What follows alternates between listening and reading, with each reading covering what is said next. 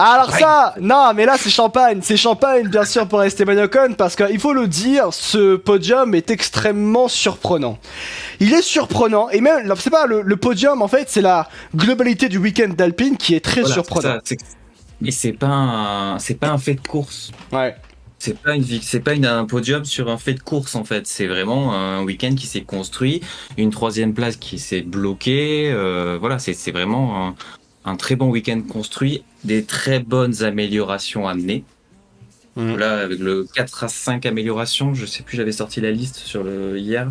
Il y avait les nouveaux pontons, il y avait la nouvelle suspension, l'évolution sur la suspension, le beam wing, un nouvel aileron, beaucoup plus chargé, en 2 parties arrière. Voilà, il y avait pas mal d'améliorations et le seul gros souci de l'Alpine, c'était clairement le moteur chauffe. Ouais. Voilà. C'est le gros du problème. Enfin, aujourd'hui, c'est le gros du problème de l'Alpine, c'est son moteur qui chauffe. Mais non, voilà, c'est un super week-end qui s'est construit. Un peu plus terne pour Gasly, qui a un peu plus de mal à tout mettre en route.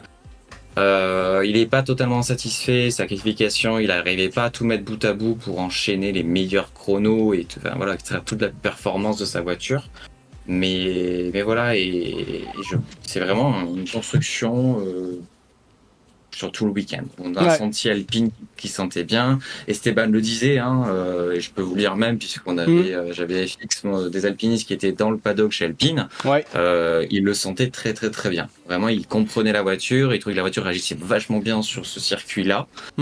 Ils ont compris des choses qu'ils n'avaient pas compris sur d'autres circuits. Il y a des choses. Ce qui est quand même assez paradoxal, ce qui est quand même assez fou de se dire qu'à Monaco, tu vas comprendre des choses sur ta monoplace, alors que Monaco c'est un circuit, c'est un championnat du monde, c'est un championnat quoi. Donc c'est ça, c'est red flag. Ouais. Donc voilà, donc non, c'est vraiment très très bien, ça met du baume au cœur, surtout après la polémique suite au coup de gueule de Rossi. Oui, c'est ça en fait, j'allais venir, c'est-à-dire que quand même se rendre compte que j'allais presque dire une victoire. M'excuserai. Mais ça semble une victoire un petit peu pour elle. Ouais, parce que là, je vous cache pas que là, il faut quand même se rendre compte que ce podium d'Esteban Ocon, le podium d'Esteban Ocon arrive au meilleur des moments pour Alpine, parce qu'il faut se souvenir des propos de Laurent Rossi il y a quelques jours. Il y a des courtes heures quand même, faut le dire pour Laurent Rossi, qui avait dit qu'Alpine, qu'il y avait certaines personnes, on va dire, allez, on va vulgariser ça au maximum, mais il disait Laurent Rossi que du côté de chez Alpine, ça ne se bougeait pas assez le popotin pour faire en sorte qu'Alpine retrouve le devant de la scène et s'inscrive dans le projet des 100 Grands Prix. En des mots extrêmement forts d'ailleurs de Laurent Rossi par rapport à cette situation. Là, Ocon va quand même sortir ce podium. La performance humaine d'Esteban Ocon est exceptionnelle, la performance de pilotage d'Esteban Ocon pour aller sortir ce podium dans ce Grand Prix Monaco. C'est pas un fait de course comme tu l'as très bien expliqué Vincent, c'est un podium fait au mérite et au travail qu'a fourni Esteban Ocon sur tout le long du week-end. Mais tout le long du week-end, s'il a fourni ce travail, c'est grâce à son équipe. Le travail humain d'Alpine, ces hommes et ces femmes du côté de chez Alpine, du côté de Viry-Châtillon, du côté d'Enstone, ont permis à Esteban Ocon Esteban Ocon d'avoir une monoplace digne de ce nom pour pouvoir prétendre à un excellent résultat à Monaco. Le sursaut peut-être d'orgueil, il faut le dire, du côté de chez Alpine est monumental. Aller chercher ce podium à Monaco pour Esteban Ocon, c'est une énorme performance. Et peut-être que la gueulante qu'a poussé Laurent Rossi a fait ce sursaut d'orgueil. Ça, c'est une toute autre question. Vincent. Je pense que Laurent Rossi, clairement, a repositionné certaines choses ou a peut-être accéléré des changements que nous, on ne peut pas voir et dont on n'aura jamais les informations, sauf peut-être un jour si on arrive à il y a des bouquins qui sortent, des NDA, des Non-Deviation Info. Ouais. Voilà, clairement, Laurent Rossi, il était pas là, il regardait un petit peu à distance puisqu'il avait beaucoup d'autres choses à gérer. On sent quand même qu'il y a eu que ça a bougé des lignes. Ouais. Et à la fois, je peux pas m'empêcher de me dire, est-ce que, quand même en face, Red Bull est au-dessus. Ferrari, c'est pas même s'ils ont des gros problèmes, et je pense, comme toutes les écuries, c'est pas les pires non plus quand on voit ce qui s'est passé pour As, voilà. Mercedes, même avec leur non-ponton et la nouvelle architecture maintenant, avaient un très bon rythme de course. Voilà. Donc là, par contre, c'est Alpine était devant Mercedes et Ferrari. Tout s'est mis bout à bout. Est-ce que Alpine n'a pas réussi à atteindre le niveau qu'ils espéraient cet hiver en mettant des améliorations, en prenant le temps de tout bien comprendre et est-ce que c'est pas un croisement, voilà, circonstances pour Safnauer. Clairement, Safnauer, si un jour vous avez l'occasion, vous verrez, c'est un nounours. On n'arrive pas à imaginer Safnauer pousser une gueulante. On le dit, c'est inimaginable. L'homme en vrai, l'intonation qu'il pose, on ne peut pas l'imaginer énervé. Ouais. Ou là où on voit un Laurent Rossi qui a l'air un peu plus sanguin. Ouais. Après, oui, comme je vois dans les commentaires de Casimir, oui, le circuit gomme pas mal de problématiques et permet peut-être à l'Alpine de s'exprimer. Et tu sais que je vais même aller plus loin aussi par rapport à ça. Hein.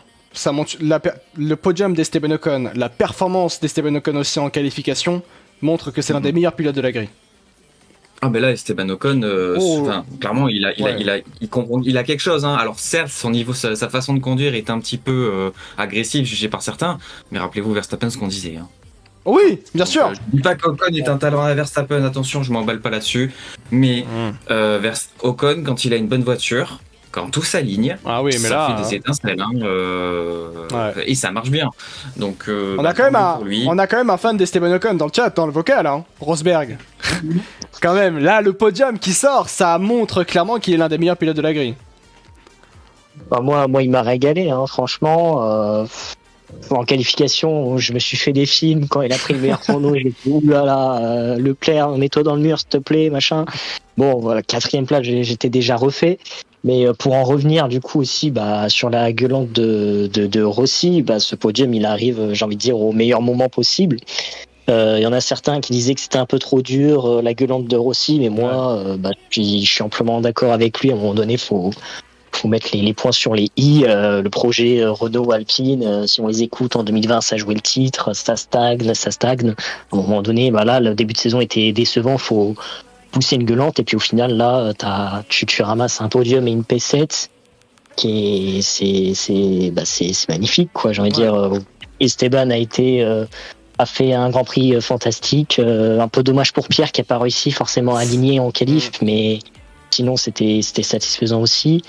Enfin, en course, j'ai regardé des graphiques sur le rythme, sur le sec. Ocon, c'est le 3e pilote avec le meilleur rythme derrière Alonso.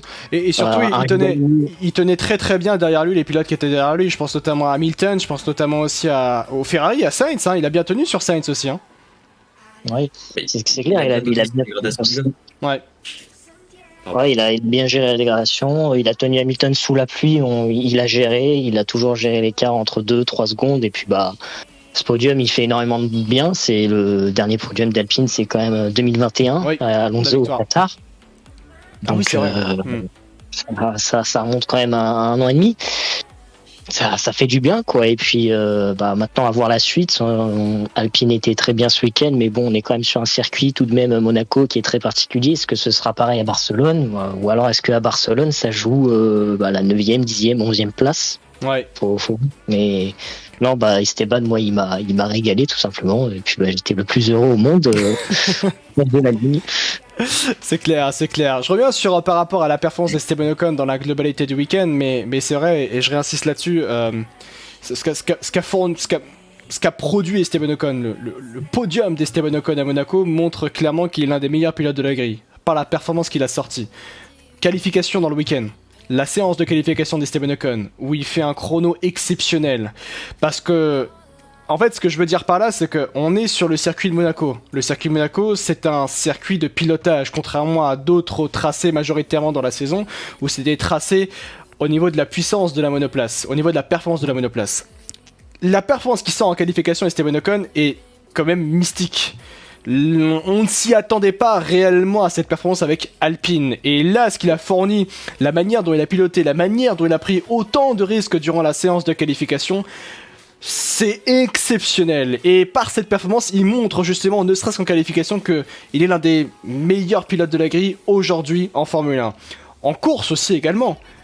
C'est pas un incident de course qu'il a mis dans cette situation ou quoi que ce soit, non, il a tenu le rythme, il s'est mis dans cette situation lui-même, et il a été non pas opportuniste, mais il a été avant-garde, il a été justement non pas dans la réaction, mais réellement dans l'action, Esteban Ocon.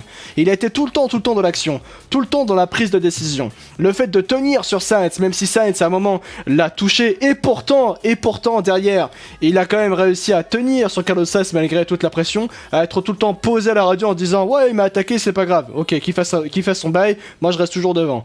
Derrière, après, il y avait quand même Lewis Hamilton qui était derrière lui qui était derrière Esteban Ocon. Et ben il a réussi, Esteban Ocon, à tenir sur Lewis Hamilton face à un septuple champion du monde qui lui mettait grandement à la pression. Non mais vraiment, la course d'Esteban Ocon, le week-end entier d'Esteban Ocon qui est récompensé par un podium, c'est juste fantastique. Et ce podium là, cette performance d'Esteban Ocon montre clairement qu'il est l'un des meilleurs pilotes de la grille, par sa performance, par son talent, et bien sûr par son calme, le calme d'Ocon, qui était réellement stupéfiant par rapport à toute la pression qu'il avait pu avoir autour de lui dans ce Grand Prix Monaco. Parce qu'aussi, au-delà de tout ça, faut quand même se rajouter un truc, hein, on est à Monaco. Hein.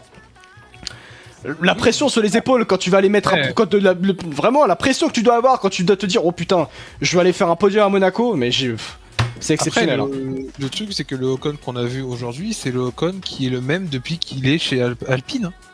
Ouais. Au final, c'est un gars qui est monstrueusement régulier, au final. Et qui arrive, sur certains moments, quand il le faut, à maximiser les performances de cette Alpine. Et ça, il le fait très bien. Ocon fait peu d'erreurs. Ouais. Ocon fait très très peu d'erreurs et arrive à être régulier la plupart du temps. Et c'est ça qui lui est aussi bénéfique.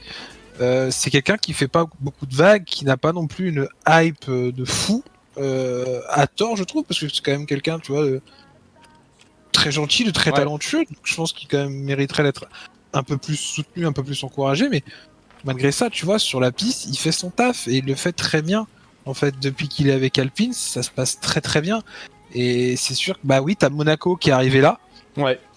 Monaco, c'est Monaco, évidemment, comme on le disait, peut-être que la semaine prochaine, voilà, Barcelone, oui, ça, comme le disait Rosberg, ça fera 8, 9, et puis voilà, on retournera peut-être sur des rythmes et des résultats habituels, mais en tout cas, des grands prix comme ça et des circuits comme ça, dès qu'il y a un coup à jouer, il faut être présent, et Ocon a réussi à être présent.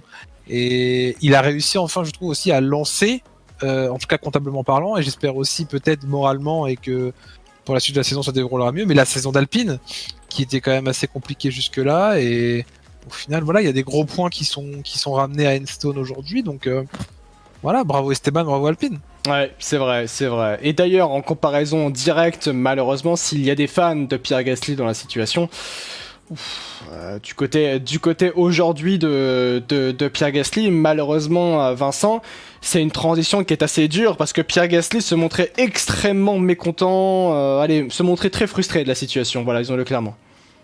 Gasly est frustré. Pour lui, la voiture n'est pas encore exactement comme il aimerait, et ça vient vraiment de la manière dont il a appris à travailler avec Red Bull et AlphaTauri depuis des années. Après, il a le seum. Maintenant, t'as en face de toi Ocon, qui est là depuis des années chez Alpine, qui connaît tous les process, qui a construit la voiture. Voilà. Il a pris un nouveau départ, Gasly. Il faut qu'il accepte, il faut qu'il réapprenne certaines choses. 7ème, c'est pas une mauvaise presta. Surtout quand on sait d'où vient la voiture. Il avait aussi une stratégie qui était légèrement... un setup qui était légèrement différent, qui anticipait plus la pluie. Par rapport à Ocon, qui était là pour sécuriser. Donc oui, je le comprends qu'il est frustré. Après, je pense qu'il n'a pas eu trop le choix, potentiellement, sur la stratégie. Je pense que c'est là où... Et je pense que ce qui frustre beaucoup Gasly, c'est la peur de se retrouver en deuxième pilote. De vraiment prendre ce statut de deuxième pilote. Chose qu'Alpine essaie tant bien que mal de gommer en les mettant toujours sur un pied d'égalité. Voilà, j'attends de voir pour la suite. Je trouve qu'il faut laisser le temps à Gasly de se construire son équipe, son lien avec ses ingénieurs. C'est dur, hein. C'est normal, et c'est dur la situation. Je vous rappelle que Pierre Gasly, ça fait 10 ans qu'il est chez Red Bull et qu'il est meilleur de travailler. Il a passé du côté d'une nouvelle structure totalement nouvelle dans une nouvelle façon de travailler. Ça peut prendre beaucoup de temps. Ouais, il faut attendre, faut attendre de voir Pierre Gasly s'approprier et appréhender effectivement l'univers Alpine. Rosberg, tu vois, t'as le même avis aussi par rapport à Gasly? Ouais, à peu près similaire. Après, je pense que ça viendra. Encore une fois, c'est qu'une question de temps. Mais après, vous disiez que ouais, peut-être qu'il a peur de se retrouver numéro 2. Je pense que chez Alpine, ça arrivera pas parce que voilà, Gasly, c'est quand même, je suis fan d'Esteban, mais c'est quand même un pilote qui dégage une aura comme Ouais. un meilleur leadership, je trouve. Après, voilà, dans le garage, c'est peut-être bien plus différent, mais c'est un personnage beaucoup plus charismatique qui, pour moi, dégage beaucoup plus de leadership. Donc, je pense pas que ça arrivera. Ils sont souvent sur le même pied d'égalité. Après, voilà, il lui faut, je pense, un peu de temps. Voilà, c'est comme on le disait, ça fait plus de 10 ans ou une dizaine d'années qu'il a travaillé chez Red Bull, arrivé chez Alpine dans une nouvelle structure, etc. C'est pas le même travail, c'est pas la même culture, etc. Forcément, c'est plus compliqué, mais je n'ai pas de souci, ça viendra. Et après, faut pas que ce soit trop tard non plus. Mais bon, voilà, c'est à l'arrivée, ça fait mal forcément parce que Esteban fait podium, mais voilà, on est quand même sur une 7e place qui est satisfaisante. Et voilà, je pense que lui-même sait qu'il pouvait faire mieux. Et voilà, il y a même la 6e place, ça c'est, je vois pas grand chose avec Leclerc. Il y a eu la pluie qui est venue mettre un peu le bordel. Mais non, je pense que dans l'ensemble, c'est pas dégueu. Après, voilà, qu'il soit frustré, je pense que c'est compréhensible. C'est le propre d'un pilote. Oui, Voilà, et quand on voit son coéquipier monter sur le podium à sa place, non, mais quand on voit son coéquipier monter sur le podium, voilà, comme on est dans une écurie comme Alpine où c'est pas tous les week-ends, forcément, ça frustre. Ouais. Et voilà, j'ai envie de dire, Ocon est passé par le même sentiment chez Renault en 2020 avec Ricciardo, et aujourd'hui, c'est lui qui monte sur le podium. Donc non, j'ai pas de souci.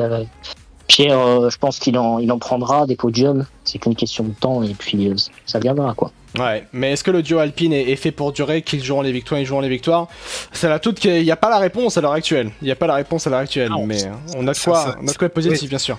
Ça vient de commencer, donc c'est pour ça faut être patient. Mais après, pour Gasly, en même temps, tout est nouveau pour lui. C'est qu'il passe d'un giron Red Bull où tout était sécurisé pour lui à leadership absolu chez AlphaTauri, à limite repartir de zéro chez Alpine, où il sait qu'il a tout à construire et qu'il doit s'imposer, et on s'impose pas en 2 jours. Ouais. Voilà, Je sais chaque pas si pilote vous a vous son rendez compte que adaptation, Ocon donc, est au niveau d'un Sainz, quoi. D'un point de vue purement comptable, Ocon est au niveau d'un Sainz. C'est pas faux. C'est pas faux. Des Bah, podiums, surtout. il Là, a pas le ouais. même nombre de podiums, mais il a une victoire.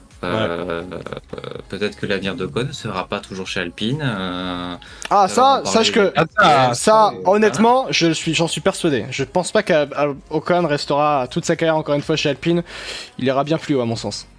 Mercedes, peut-être, Ouais. un départ. Et il pourrait peut-être demain, dans quelques années, laisser plus de place à Gasly, si Gasly joue le jeu. Ouais. Moi, ce que je dis, c'est que Gasly doit prendre cette frustration et la transformer en énergie pour se rebondir. bien Et sûr. se dire, ok, lui, il est capable de ça avec cette voiture. Comprenons pour que j'arrive moi aussi à faire la même chose. Ouais. Et il faudra que Gasly soit là à répondre quand Ocon ne pourra pas, et inversement. Et vous construirez une super équipe qui progressera dans le championnat. Et peut-être qu'un jour, oui, Alpine pourra se battre pour un titre constructeur, mais c'est pas le cas. Ouais. Donc oui, frustration, je la trouve saine. Il faut que cette frustration, elle soit saine. C'est normal. Il faut qu'elle soit saine. C'est vrai.